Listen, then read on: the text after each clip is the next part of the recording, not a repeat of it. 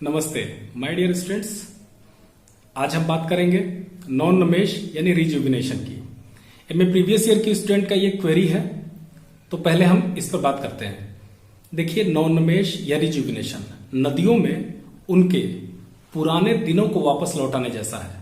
पुराने दिन से मतलब उनकी जो पुरानी अवस्था होती है। नदियां प्रारंभिक जो बाल्यावस्था होती है वहां से फिर अपनी प्रौढ़ावस्था में, फिर उसके बाद अपनी जीर्णावस्था में पहुंचती हैं। तो प्रौढ़ावस्था से नदी को उसकी जो बाल्यावस्था है या जो उसकी प्रारंभिक अवस्था है उसमें पहुंचाने को ही कहते हैं नॉन नमेश। ये कुछ वैसा ही है जैसे एक बुजुर्ग व्यक्ति को उसकी जवानी वापस कर दी जाए। तो इसमें आप ऐसे समझिए इसको कि नदी पर्वतों से निकलती है, पहाड़ों से निकलती है और समुद्र में जाकर के अपने जल को उड़ेल देती है। ऐसा ही क्यों होता है कि नदी समुद्र में ही गिरती है? ऐसा इसलिए होता है क्योंकि नदी को एक आधार तल चाहिए होता है। आधार तल का काम महासागर करते हैं। यानी कि नदी पहाड़ों से निकली और समुद्र की तली के बराबर अपनी घाटी को गहरा करते हुए, काटते छांटते हुए और अपने जल को महासागरों में गिरा दी। कोई जो सहायक नदी है उसका आधार तल क्या होगा? मान लीजिए कोई एक मुख्य नदी है और उसकी कई सहायक नदियां हैं, जैसे गंगा और यमुना को जानिए। यमुना नदी प्रयागराज में गंगा नदी में अपने जल को गिरा देती है। यमुना नदी तो समुद्र तक नहीं पहुंच पाती, तो इसका मतलब है कि यमुना नदी के लिए बेस लेवल या आधार तल क्या हुआ? गंगा नदी का तल।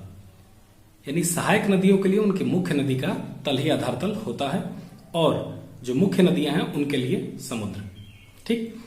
अब नदी के मुहाने यानी जहां नदी अपने जल को समुद्र में गिराती है वहां से और नदी के शीर्ष भाग यानी जहां से नदी निकलती है उद्गम स्थल तक यदि आप एक रेखा खींचेंगे, वक्र खींचेंगे, तो वो कर्व के रूप में, वक्र के रूप में ऐसे कॉनकेव यानी कि अवतल ढाल बनाते हुए जाएगा। इस अवतल ढाल वाले कर्व को, वक्र को हम नदी की अनुदैर्ध्य घाटी या अनुदैर्ध्य परिच्छेदिका कहते हैं, जो नदी के मुहाने से और नदी के उद्गम तक खींची जाती है। मुहाने से उद्गम तक यह वक्र नदी का लंब रूप में खींचा जाता है, लंबा। ठीक। ये डायग्राम देखिए, इसमें दिखाया गया है। इसमें आप देखेंगे कि नदी के मुहाने से और नदी के उद्गम तक एक वक्र खींचा गया है। यही है नदी की अनुदैर्ध्य परिच्छेदिका। ये इसलिए मैं आपको बता रहा हूं क्योंकि अनुदैर्ध्य परिच्छेदिका पर ही नदी नॉन नमेश का कार्य करती है, यानी कि रिजुविनेशन का कार्य करती है। इसलिए आपको अनुदैर्ध्य परिच्छेदिका जानना चाहिए। साथ में आप ट्रांसवर्स प्रोफाइल या अनुप्रस्थ परिच्छेदिका भी देख लीजिए। इसमें डायग्राम में देखिए, इसमें आपको अनुप्रस्थ परिच्छेदिका दिखाई गई है। मान लीजिए नदी पश्चिम से पूरब दिशा में प्रवाहित हो रही है, पश्चिम से पूरब। तो नदी का जो उत्तरी तट होगा और नदी का जो दक्षिणी तट, यानी दोनों किनारे नदी के होंगे, जो नदी की चौड़ाई होगी, तो उस नदी के उत्तरी किनारे से नदी के दक्षिणी किनारे के बीच में यदि आप एक रेखा खींचेंगे तो ये कहलाएगी अनुप्रस्थ परिच्छेदिका नदी की, यानी ट्रांसवर्स प्रोफाइल। ठीक।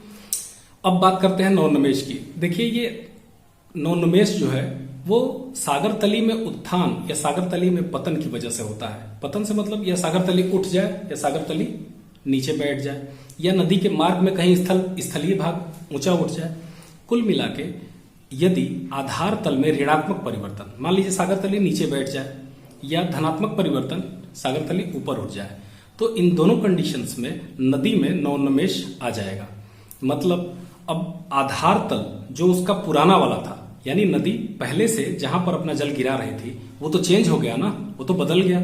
अब जब बदल गया आधार तल, तो अब नदी अपने नए आधार तल को पाने का प्रयास करेगी, यानी वो वहां पहुंचने का प्रयास करेगी। तो इसके लिए उसे अपनी घाटी को गहरा करना होगा। आधार तल नीचे हो गया है, तो आधार तल नीचे हो गया तो अब नदी की घाटी भी तो उतनी नीचे आएगी। तो अब नदी क्या करती है? लंबवत कटाव शुरू कर देती है और ये मुहाने से और अपने कहां की तरफ होता है? मुहाने से और उद्गम यानी कि समुद्रों से पहाड़ की तरफ नदी अपनी घाटी को काटना शुरू करती है और फिर से इसको समतल करना शुरू कर देती है। तो ऐसे में आप देखेंगे कि घाटी में कई प्रकार की स्थलाकृतियां बन जाती हैं। जैसे कि जो पुरानी घाटी है जिससे नदी आ रही थी, उस घाटी में एक और घाटी बन जाती है जो पुरानी घाटी से गहरी होती है।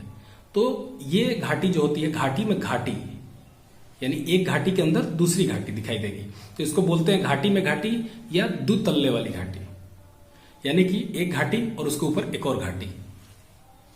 तो ये नई जो नदी के अंदर ताकत आई है, ये उसका परिणाम है कि वो अपने और घाटी को गहरा कर रही है। ठीक, अब इसी में एक और शब्द आता है निक पॉइंट। निक पॉइंट देखिए जर्मन भाषा का शब्द है, इसका अर्थ होता है दृश्य भंग स्थल। तात्पर्य यह है कि आप ये डायग्राम देखिए, इसमें आपको क्लियर होगा। इसमें देखिए निक पॉइंट को दिखाया गया है। निक पॉइंट का जो बिंदु है वो पुराने कर्व पर है। पुराने कर्व पे आप देख रहे हैं, तो पुराने कर्व से और नए कर्व तक नदी को आना है, यानी कि नदी को अपनी घाटी को उस नए कर्व के बराबर काटना है। और अभी नदी अपने पुराने कर्व पे है, पुराने कर्व से निक पॉइंट के पास उसका जल गिर रहा है और समुद्र में जा रहा है। लेकिन जो निक पॉइंट है वो नदी के दोनों कर्वों के मिलन बिंदु पर होता है, यानी जहां नदी का पुराना और नया कर्व मिलता है। पुराना कर्व आप समझ रहे होंगे ना, पुराना कर्व वो है जिस रेखा के सहारे नदी पहले प्रवाहित हो रही थी, यानी नदी की घाटी पहले इतनी ऊंचाई पर थी और अब जबकि समुद्र तली नीचे आ गई तो नदी ने अपनी घाटी को काट करके और नीचे कर दिया। तो अब जो संभावित कर्व है वो कहां जाएगा, वो न्यू कर्व पे आएगा, नए वक्र पे आएगा। तो अभी फिलहाल निक पॉइंट तक नदी ने अपनी घाटी को काटा है। यदि आप समुद्र के मुहाने से देखेंगे तो निक पॉइंट तक आपको एक कर्व दिखाई देगा, जबकि उसके आगे अभी उसको पुराने कर्व को काटना है, यानी उतनी ऊंचाई तक काटते हुए, और वो अपने उद्गम स्थल तक लेकर के जाएगी। तो यही कहलाता है निक पॉइंट, वो बिंदु जहां पर दोनों कर्व आमने सामने होते हैं। तो आपको अब ये भी तो क्लियर हो रहा होगा ना कि निक पॉइंट हमेशा पीछे की ओर हटेगा। पीछे की ओर इसलिए हटेगा क्योंकि नदी अपनी घाटी को मुहाने से उद्गम की ओर काटेगी, तो निक पॉइंट धीरे धीरे पीछे होता जाएगा। और निक पॉइंट जैसे जैसे पीछे होगा, नदी की जो परिच्छेदिका है वो क्रमबद्ध होती जाएगी, ग्रेडेड होती जाएगी या प्रवणित होती जाएगी। ठीक, तो उम्मीद करता हूं आपको मैंने नवोन्मेष के बारे में जो भी बताया वो आपको समझ में आया होगा।